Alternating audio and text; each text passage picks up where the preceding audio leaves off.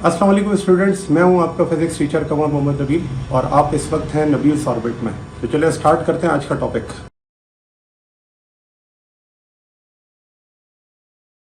Speed कहलाती है rate of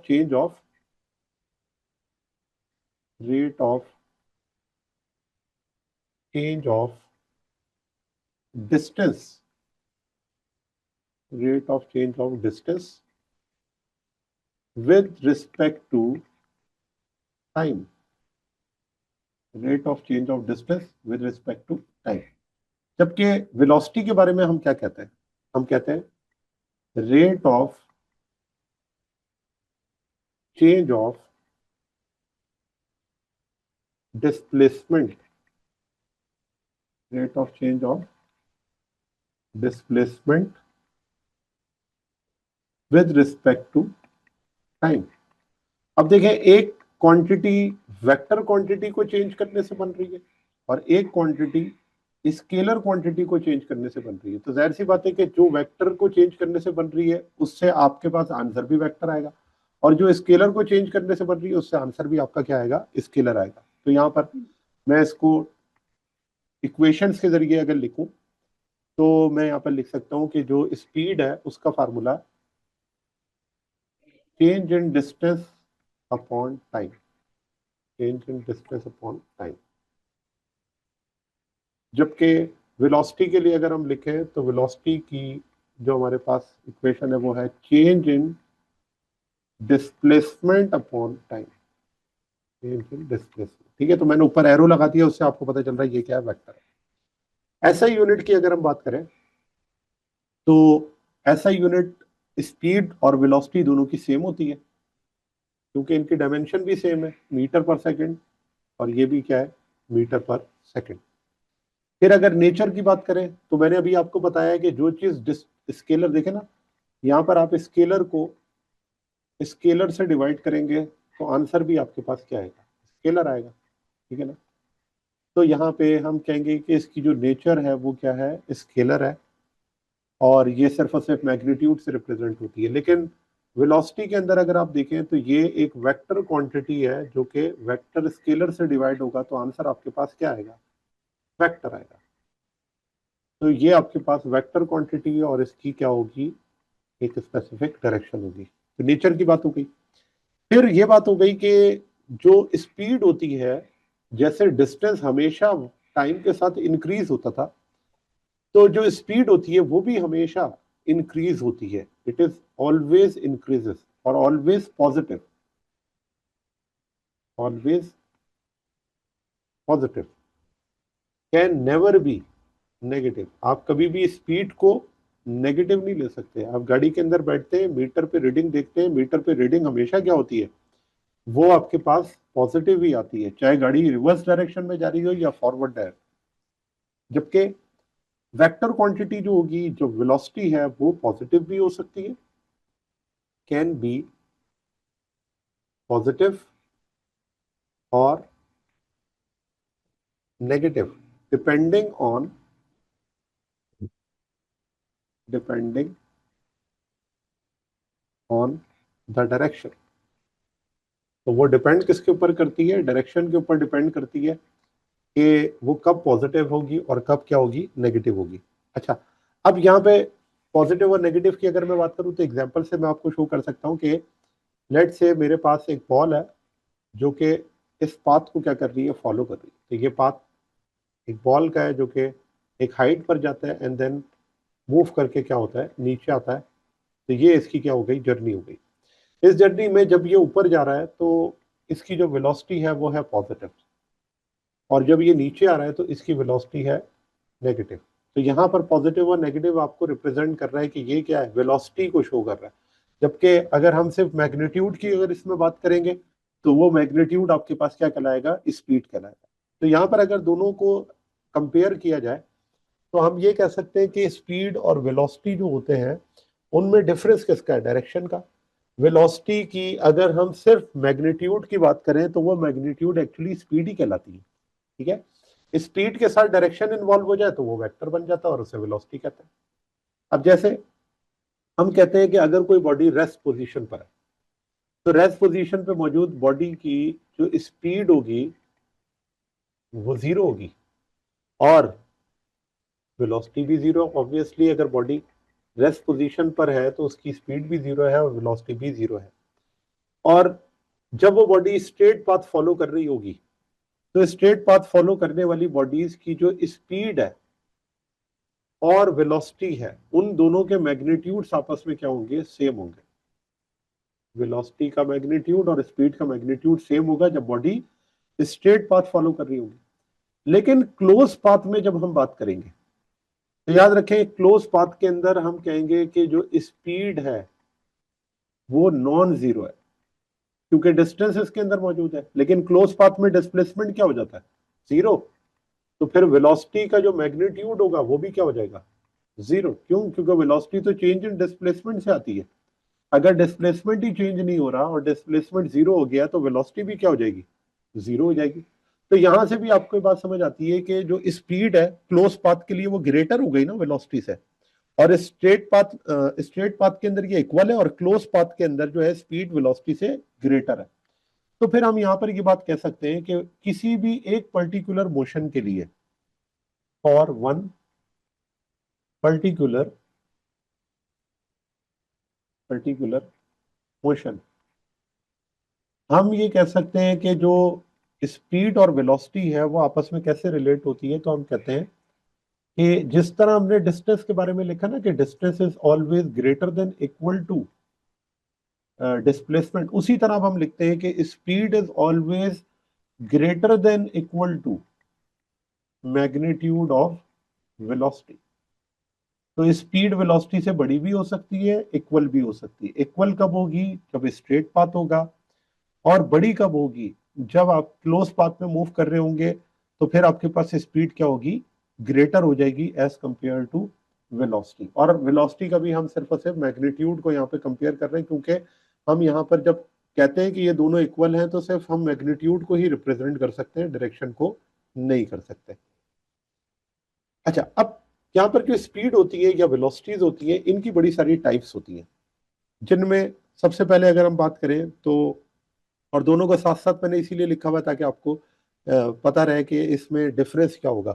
तो देखिए, सबसे पहले अगर मैं यूनिफॉर्म स्पीड की बात करूं और यूनिफॉर्म वेलोसिटी की बात करूं, तो यूनिफॉर्म स्पीड में हम कहते हैं कि ये एक ऐसी स्पीड है जिसका मैग्नीट्यूड चेंज नहीं होता। तो हम निकालते कैसे हैं, speed equal distance in equal interval of time, equal distance in equal interval of time. तो अगर आपके पास किसी बॉडी की जो डिस्टेंस है वो एक interval, equal interval of time में वो अपना डिस्टेंस क्या कर रहा हो, चेंज कर रहा हो, तो वहां पर जो उसकी स्पीड होगी वो क्या होगी, कांस्टेंट होगी या फिर यूनिफॉर्म होगी। तो इस केस के अंदर हम कह देते हैं कि डिस्टेंस और टाइम क्या है, हर टाइम में इक्वल है। तो इस चीज को अगर मैं कहूँ तो इस तरह कह सकता हूँ कि जैसे स्पीड का फार्मूला ना, डिस्टेंस अपॉन टाइम, तो हम कहते हैं कि पहले सेकंड के अंदर 1 मीटर का डिस्टेंस कवर होता है, फिर दूसरे सेकंड में 2 मीटर का डिस्टेंस। तो मुझे बताएं, 2 से 2 कैंसिल होगा, आंसर फिर से क्या आ जाएगा, 1। इसी तरह 3 मीटर का डिस्टेंस 3 सेकंड में कैंसिल होके क्या आ जाएगा, आंसर 1। 4 मीटर का डिस्टेंस 4 सेकंड में, आंसर क्या आ जाएगा, 1। तो यहाँ पर अगर आप देखें कि आंसर सारे के सारे क्या आ रहा है, 1 आ रहा है। और अगर आंसर चेंज नहीं हो रहा तो फिर इस स्पीड को हम क्या कहेंगे, यूनिफॉर्म है या फिर कांस्टेंट स्पीड है, स्पीड कहते हैं। फिर यूनिफॉर्म वेलोसिटी की अगर बात करें तो इसके बारे में हम क्या कह सकते हैं। तो देखिए, यूनिफॉर्म वेलोसिटी का मतलब है equal displacement, equal displacement in equal interval of time, equal displacement in equal interval of time, interval of time. तो यहाँ पे अगेन यही बात है कि यूनिफॉर्म वेलोसिटी अगेन कांस्टेंट है। और जब हम कह रहे हैं कि डिस्प्लेसमेंट इक्वल हो इन इक्वल इंटरवल ऑफ टाइम में, तो इसका मतलब यह है कि आपके पास दोनों चीजें इसकी क्या होनी चाहिए, कांस्टेंट। क्योंकि वेलोसिटी के अंदर दो बातें होती है, एक मैग्नीट्यूड और एक डायरेक्शन। तो इसके लिए याद रखें कि अगर यूनिफॉर्म वेलोसिटी की हम बात कर रहे हैं तो इसका मतलब both magnitude and direction, both magnitude and direction will not change। तो वो दोनों चेंज नहीं होनी चाहिए। या तो हम कहें कि डायरेक्शन भी आपके पास क्या है, सेम है, और मैग्नीट्यूड भी क्या है, सेम है, तो फिर हम कहेंगे कि वहां पर जो वेलोसिटी है उसे हम क्या कहेंगे, यूनिफॉर्म वेलोसिटी। जैसे मैं एग्जांपल देता हूं कि एक बॉडी है और वो मूव कर रही है, तो उसकी जो डायरेक्शन है टुवर्ड्स पॉजिटिव एक्स एक्सिस, और उसका मैग्नीट्यूड भी हर पॉइंट पे, लेट से मैं कहता हूँ 2 मीटर पर सेकेंड, फिर 2 मीटर पर सेकेंड, फिर 2 मीटर पर सेकेंड। तो अगर आप देखें तो यहाँ पर उसकी स्पीड भी, जो मैग्नीट्यूड है वो भी चेंज नहीं हो रहा, और उसकी जो डायरेक्शन है वो भी चेंज नहीं हो रही। तो हम कहेंगे कि यहाँ पर जो वेलोसिटी है वो क्या है, यूनिफॉर्म वेलोसिटी है या फिर कांस्टेंट वेलोसिटी है। अच्छा, जबकि अगर मैं ये बात इस तरह से एक्सप्लेन करूं कि जैसे सर्कुलर मोशन होता है, तो सर्कुलर मोशन में या सर्कुलर पाथ में जब कभी भी कोई बॉडी मूव कर रही होती है, तो सर्कुलर पाथ में आप देखें कि हर पॉइंट पर उसकी डायरेक्शन क्या हो रही होती है, चेंज हो रही होती है। हर पॉइंट पर उसकी जो डायरेक्शन है वो अलोंग द टेंजेंट है। और अगर उसकी हर पॉइंट पर डायरेक्शन अलोंग द टेंजेंट है, तो इसका मतलब ये हुआ कि उसकी हर पॉइंट पर स्पीड हो सकता है सेम हो। जैसे मैं कहता हूं कि यहाँ भी स्पीड है 2 मीटर पर सेकेंड, यहाँ पर भी 2 मीटर पर सेकेंड, हर पॉइंट पर इसकी स्पीड 2 मीटर पर सेकेंड है। इसका मतलब मैग्नीट्यूड तो सेम है, लेकिन हर पॉइंट पे क्योंकि उसकी डायरेक्शन चेंज हो रही है, तो फिर हम इसे यूनिफॉर्म वेलोसिटी नहीं कह सकते, क्योंकि यूनिफॉर्म वेलोसिटी के लिए डायरेक्शन का भी सेम होना जरूरी था, सिर्फ मैग्नीट्यूड से काम नहीं चलेगा। तो यानी कि यूनिफॉर्म सर्कुलर मोशन के अंदर हम ये कह सकते हैं कि जो स्पीड होती है वो क्या होती है, यूनिफॉर्म होती है, यूनिफॉर्म स्पीड है। लेकिन ये नहीं कह सकता कि यहाँ पर यूनिफॉर्म वेलोसिटी है। ठीक है, यूनिफॉर्म वेलोसिटी कहना गलत होगा, क्योंकि यहाँ पर सिर्फ और सिर्फ उसका मैग्नीट्यूड कांस्टेंट है, डायरेक्शन कांस्टेंट नहीं है। तो अब आपको ये बात समझ आ गई कि यूनिफॉर्म स्पीड और यूनिफॉर्म वेलोसिटी में क्या फर्क है। यूनिफॉर्म स्पीड में हम डायरेक्शन की बात नहीं कर रहे होते, सिर्फ और सिर्फ मैग्नीट्यूड को देख रहे होते हैं। तो अगर किसी भी बॉडी का मैग्नीट्यूड चेंज नहीं हो रहा तो हम कहेंगे कि वो स्पीड यूनिफॉर्म है। लेकिन अगर उसकी डायरेक्शन भी चेंज ना हो, तो फिर हम कह सकते हैं कि वो बॉडी यूनिफॉर्म स्पीड में भी है, यूनिफॉर्म वेलोसिटी में भी है। और अगर उसकी डायरेक्शन चेंज हो रही हो, तो फिर हम कहेंगे कि वो बॉडी यूनिफॉर्म स्पीड में तो है लेकिन यूनिफॉर्म वेलोसिटी में नहीं है। क्यों? क्योंकि उसकी डायरेक्शन हर पॉइंट पर क्या हो रही है, चेंज हो रही है। ठीक है, तो इस बात को याद रखिएगा, यूनिफॉर्म वेलोसिटी के लिए दोनों का सेम होना जरूरी है, तभी जाकर हम उसे यूनिफॉर्म वेलोसिटी कह सकते हैं। और इस केस में जब यूनिफॉर्म वेलोसिटी आपके पास होती है तो एक्सेलरेशन क्या होता है, जीरो होता है, क्योंकि एक्सेलरेशन चेंज इन वेलोसिटी से आता है। तो अगर आपकी वेलोसिटी चेंज नहीं हो रही तो जाहिर सी बात है एक्सीलरेशन क्या हो जाएगा, जीरो हो जाएगा। जबकि हम यूनिफॉर्म स्पीड में ये नहीं कह सकते कि एक्सेलरेशन जीरो है। क्यों? क्योंकि अगर डायरेक्शन चेंज हो रही होगी तो उस चेंज की वजह से भी एक्सेलरेशन आ सकता है। जैसे सर्कुलर मोशन के अंदर, सर्कुलर मोशन को जो एक्सेलरेशन होता है वो जीरो नहीं होता, वो किसके बराबर होता है, सेंटीपिटल एक्सेलरेशन के, जो कि बराबर है v² अपॉन r के, और वो नॉन जीरो होता है। तो इसलिए सर्कुलर मोशन के बारे में हम कहते हैं यूनिफॉर्म स्पीड है लेकिन वहां पर एक्सेलरेशन जीरो नहीं है। ठीक है, नेक्स्ट पॉइंट, वेरिएबल स्पीड। देखिए वेरिएबल स्पीड क्या होती है। अब जैसे यूनिफॉर्म के बारे में आपने पढ़ लिया कि equal change in distance in equal interval of time, variable speed के बारे में हम कहते हैं unequal change in distance, unequal distance in equal और unequal interval of time, in equal और अनइक्वल इंटरवल ऑफ टाइम। तो यहां पे अब अगर आप देखें तो इस पॉइंट पर जो आपके पास स्पीड आएगी उसका मैग्नीट्यूड क्या होगा, वो बार बार चेंज हो रहा होगा। और क्योंकि वो बार बार चेंज हो रहा है तो हम कहेंगे कि वो स्पीड क्या होगी, वेरिएबल स्पीड होगी, क्योंकि वो हर पॉइंट पर अपने मैग्नीट्यूड को क्या कर रही है, चेंज कर रही है। अब इसकी एग्जांपल मैं आपको दे देता हूँ। इसकी एग्जांपल में क्या है कि लेट से मेरे पास एक बॉडी है या एक बॉल है, और उस बॉल को मैं थ्रो करता हूँ एयर में। तो जब इस बॉल को मैं थ्रो करूंगा एयर में, तो ये बॉल इस तरह से मोशन परफॉर्म करेगी, अपनी एक्सट्रीम पोजीशन पे जाएगी, और इस एक्सट्रीम पोजीशन से वापस कहाँ जाएगी, दोबारा से ग्राउंड पे आ जाएगी। ठीक है, तो लेट से मैं कहता हूं कि जब इसको हमने ऊपर थ्रो किया तो उस वक्त इसकी स्पीड थी 3 मीटर पर सेकेंड। फिर जब ये अपनी एक्सट्रीम पोजीशन पर जाएगा वहां इसकी स्पीड क्या हो जाएगी, 0 मीटर पर सेकेंड। फिर जब ये वापस आएगा इसकी स्पीड क्या हो जाएगी, 3 मीटर पर सेकेंड। अब देखें कि जब ये ऊपर जा रहा है इसकी स्पीड चेंज हो रही है, 2 मीटर पर सेकेंड, 1 मीटर पर सेकेंड। फिर जब ये नीचे आ रहा है दोबारा इसकी स्पीड बढ़ रही है, 1 मीटर पर सेकेंड, 2 मीटर पर सेकेंड। तो अब अगर आप ये देखें कि इसका जो मैग्नीट्यूड है वो तो चेंज हो रहा है, वो तो कांस्टेंट ही नहीं है। अगर वो कांस्टेंट होता तो हम कहते हैं वो यूनिफॉर्म स्पीड है, लेकिन क्योंकि यहाँ पर हर पॉइंट पे इसका जो मैग्नीट्यूड है स्पीड का वो चेंज हो रहा है, तो इसलिए हम कहते हैं कि ये जो स्पीड है इस स्पीड को हम कहते हैं वेरिएबल स्पीड। और यहाँ पर हम सिर्फ और सिर्फ किसकी बात कर रहे हैं, मैग्नीट्यूड की बात कर रहे हैं। जबकि जब हम वेरिएबल वेलोसिटी में आते हैं तो वेरिएबल वेलोसिटी में हम कहते हैं जी अनइक्वल डिस्टेंस की जगह क्या लिख सकते हैं, अनइक्वल डिस्प्लेसमेंट, क्योंकि वेलोसिटी तो आती ही डिस्प्लेसमेंट की वजह से। Unequal change in displacement in equal और unequal interval of time, unequal interval of time. तो अगर आपके पास जो डिस्प्लेसमेंट है वो अनइक्वल हो, अब देखिए डिस्प्लेसमेंट का मतलब यही हो गया, इसका मतलब मैग्नीट्यूड भी है और डायरेक्शन भी है। तो अब मैं वेरिएबल स्पीड के लिए भी ये वाली एग्जांपल कोट कर सकता हूं और वेरिएबल वेलोसिटी के लिए भी यही एग्जांपल कोट कर सकता हूं। क्यों?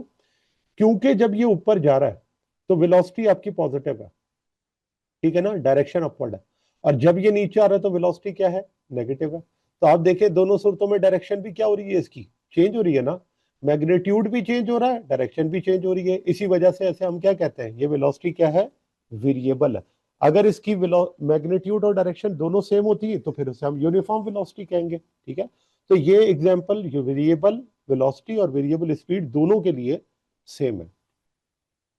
फिर आते हैं जी इंस्टेंटेनियस वेलोसिटी पर, इंस्टेंटेनियस स्पीड और इंस्टेंटेनियस वेलोसिटी।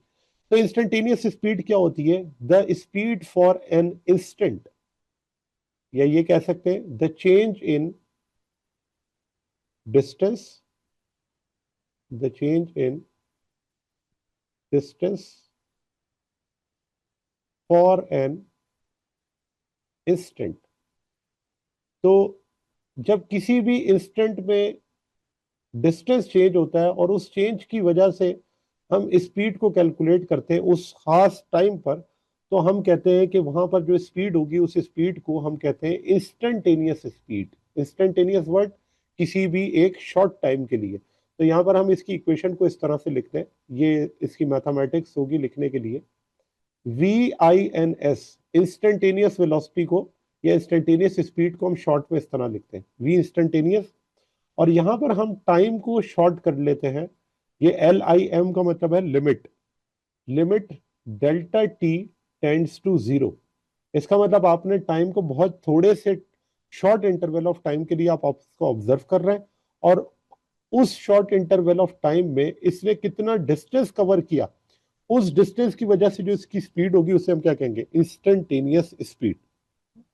तो अभी मैं आपको इसकी एग्जांपल देता हूं कि लेट से हमारे पास एक कार है और वो कार मूव कर रही है एक रोड पे, और रोड पे मूव करते हुए यहाँ पे आप कहते हैं कि स्टार्ट करते हैं हम 1 सेकंड से, ठीक है, पहले सेकंड से स्टार्ट करते हैं। ये बॉडी मूव करती है दूसरा सेकंड, फिर ये मूव करती है तीसरा सेकंड। तो अब लेट से मैं ये कहता हूं कि इसकी जो स्पीड है इस तीसरे सेकंड पर क्या है, यानी कि पहले और दूसरे से मुझे मतलब नहीं है, मुझे नहीं पता पहले दूसरे पे क्या थी, लेकिन मैं आपसे ही पूछता हूँ कि तीसरे सेकंड पे इसकी स्पीड क्या है।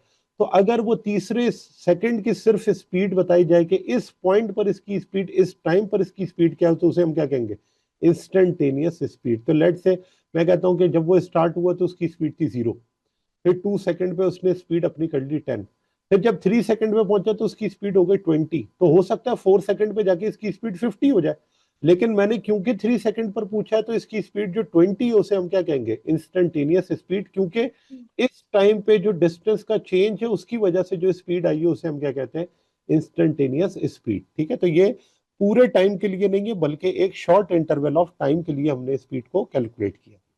और बिल्कुल इसी तरह से इंस्टेंटेनियस वेलोसिटी के लिए भी कोई बात से डिफरेंट नहीं है, ये हम उसी तरह से कहते हैं, बस यही होता है कि यहां पर हम चेंज इन डिस्टेंस के बजाय क्या लिखते हैं, the change in displacement, the change in displacement of a body for an instant, for an instant.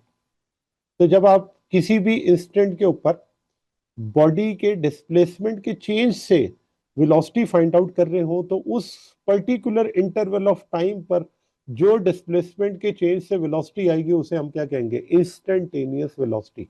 और लिखने का तरीका उसी तरह से है, हम क्या लिखेंगे, v इंस्टेंटेनियस, और यहां पर हम एरो लगा देंगे क्योंकि ये वेलोसिटी है, इज इक्वल्स टू, यहां पर आपने लगा दी है लिमिट, और limit delta T tends to zero, यानी कि शॉर्ट इंटरवल ऑफ टाइम के लिए, और यहां पर आपके पास आ जाएगा rate of change of displacement delta D over delta T. तो देख लें कि इंस्टेंटेनियस वेलोसिटी और इंस्टेंटेनियस स्पीड में क्या डिफरेंस है, कि ये दोनों आपके पास वेलोसिटीज या स्पीड चेंज इन डिस्टेंस या चेंज इन डिस्प्लेसमेंट की वजह से आते हैं for a particular interval of time. ठीक है, फिर नेक्स्ट पॉइंट हमारे पास है average speed and average velocity.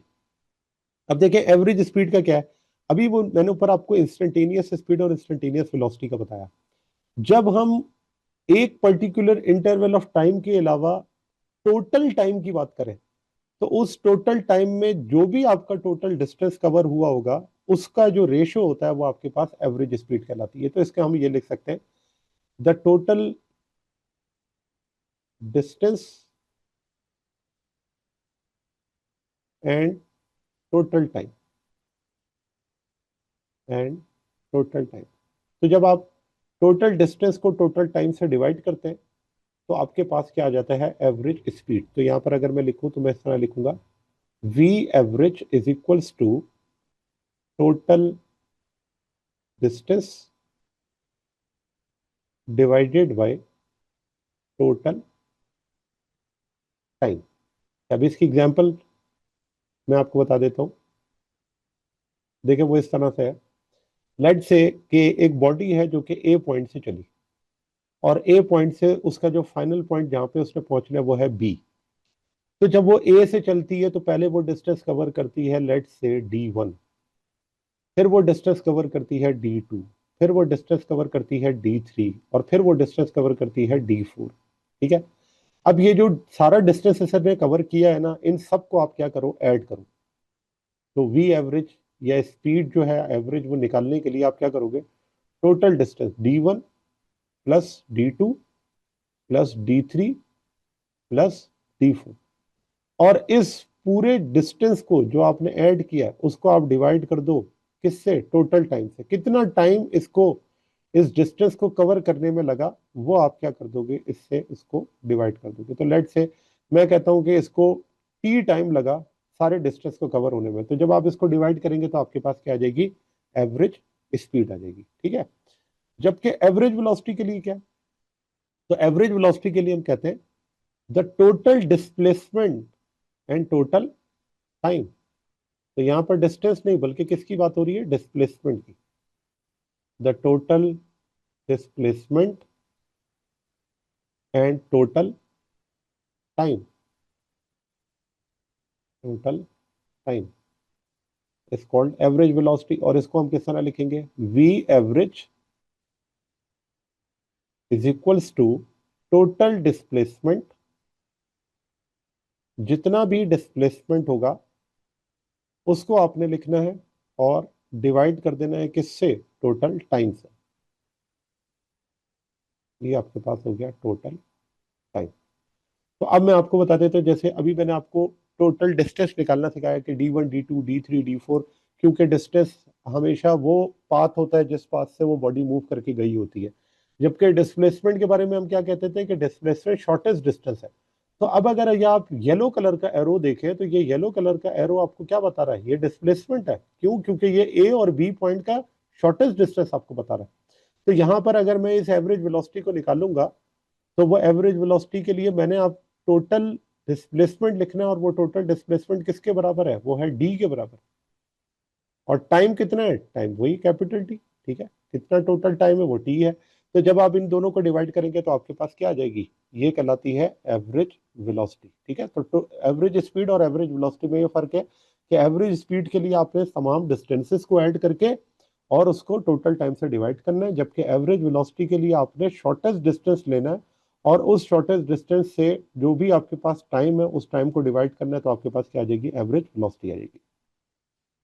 अब यहाँ पे एक पॉइंट बड़ा इंपॉर्टेंट है और वो ये है कि जब कभी भी किसी बॉडी की एवरेज वेलोसिटी और इंस्टेंटेनियस वेलोसिटी सेम हो जाए, ठीक है, ये हम लिख लेते हैं कि ये नोट करने वाली बात है, क्योंकि पेपर के अंदर इससे रिलेटेड एमसीक्यूज आते हैं और उस एमसीक्यूज में वो यही कंडीशन के बारे में पूछते हैं। और ये कंडीशन सिर्फ और सिर्फ यहाँ नहीं, और भी जगहों पर यही अप्लाई होती है कि जब आपके पास एवरेज वैल्यू, चाहे वो एवरेज वैल्यू स्पीड की हो, वेलोसिटी की हो, एक्सेलरेशन की हो, वो बराबर हो किसके, इंस्टेंटेनियस वैल्यू के, इंस्टेंटेनियस वैल्यू के। तो वहां पे आपके पास जो बॉडी होगी वो यूनिफॉर्म मोशन परफॉर्म कर रही होगी, और ये कंडीशन आपके पास यूनिफॉर्म कंडीशन की है, यूनिफॉर्म कंडीशन। तो जहां कहीं भी किसी भी फिजिकल क्वांटिटी में एवरेज वैल्यू बराबर हो किसके, उसकी इंस्टेंटेनियस वैल्यू के, तो हम कहेंगे कि उस वक्त उस बॉडी के पास जो कंडीशन है उस कंडीशन को हम कहते हैं यूनिफॉर्म कंडीशन। तो यहाँ पे हमारे केस के लिए स्पेसिफिकली अगर हम ये बात करें कि अगर एवरेज स्पीड बराबर है इंस्टेंटेनियस स्पीड के, average speed is equals to instantaneous speed या instantaneous velocity, then body is moving with uniform velocity, body is moving with uniform velocity. और यूनिफॉर्म वेलोसिटी के बारे में मैंने आपको बता दिया, ऐसी वेलोसिटी या ऐसी स्पीड जिसकी जो मैग्नीट्यूड और डायरेक्शन चेंज ना हो, यूनिफॉर्म स्पीड, ठीक है। और बिल्कुल इसी तरह से कि एवरेज वेलोसिटी अगर एवरेज इंस्टेंटेनियस वेलोसिटी के बराबर हो जाए, अगर average velocity average instantaneous velocity के इक्वल हो, तो हम कहेंगे बॉडी इज मूविंग विद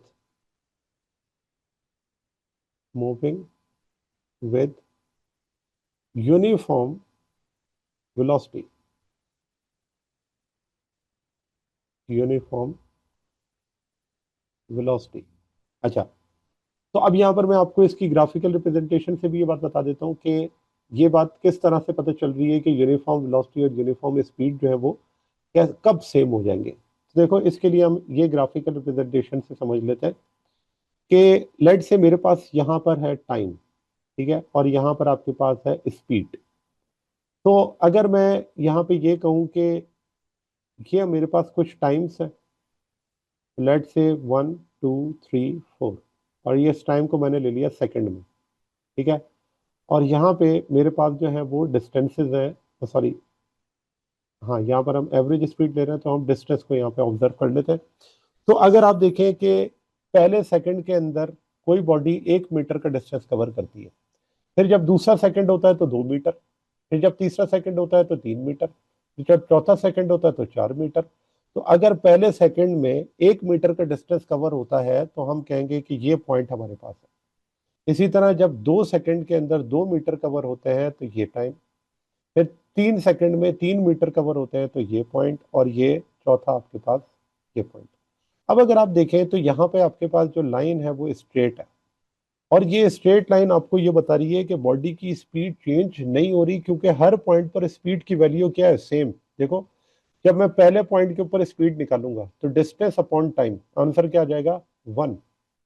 देखें कैसे निकालते हैं, speed is equals to distance upon time, ठीक है। तो अगर मैं इस डिस्टेंस को फाइंड आउट करूं, 1 मीटर 1, तो आंसर क्या आ गया, 1 मीटर पर सेकेंड। फिर जब डिस्टेंस आपके पास क्या हो जाएगा, 2, टाइम भी क्या हो गया, 2, आंसर फिर से क्या आ गया, 1 मीटर पर सेकेंड। फिर 3, 3 आंसर फिर क्या आ गया 1 मीटर पर सेकेंड। फिर 4, 4 आंसर फिर से क्या आ गया 1 मीटर पर सेकेंड। तो अब अगर आप देखें तो हर पॉइंट पर क्योंकि इसकी स्पीड क्या हो रही है, वो चेंज नहीं हो रही, तो इस स्पीड को हम क्या कहते हैं कि अगर किसी एक पॉइंट पर या एक टाइम पर मैं कहूं कि 3 सेकंड पर इसकी स्पीड क्या थी, तो तीसरे सेकंड पर इसकी स्पीड क्या है 1 मीटर पर सेकंड। तो ये इसकी क्या हो गई, लेट से इंस्टेंटेनियस स्पीड। और अगर हम इसे एवरेज की बात करें तो एवरेज हम कैसे निकालते हैं, total time divided by sorry total distance divided by total time. तो एवरेज इसी तरह निकालते थे ना, average is equals to total distance. तो टोटल डिस्टेंस है 4, टोटल टाइम क्या है 4, 4 से 4 कैंसिल हुआ, आंसर क्या आ गया 1 मीटर पर सेकेंड। तो ये जो मैंने इसकी निकाली है स्पीड, ये क्या कहलाती है एवरेज स्पीड, ठीक है ना, ये आपके पास कहलाती है एवरेज स्पीड। और इन दोनों का आंसर सेम है, तो अगर इन दोनों का आंसर सेम है तो हम कहेंगे कि ये बॉडी कैसे मूव कर रही है, यूनिफॉर्म मोशन में, इसकी स्पीड क्या है यूनिफॉर्म। जी स्टूडेंट्स, तो ये था आज का हमारा टॉपिक। उम्मीद है आपको ये टॉपिक समझ आया होगा। अगर आप नबील्स ऑर्बिट में रहना चाहते हैं तो सब्सक्राइब करें और नई आने वाली वीडियोस के लिए बेल आइकन प्रेस करें। थैंक यू वेरी मच, अल्लाह हाफिज़।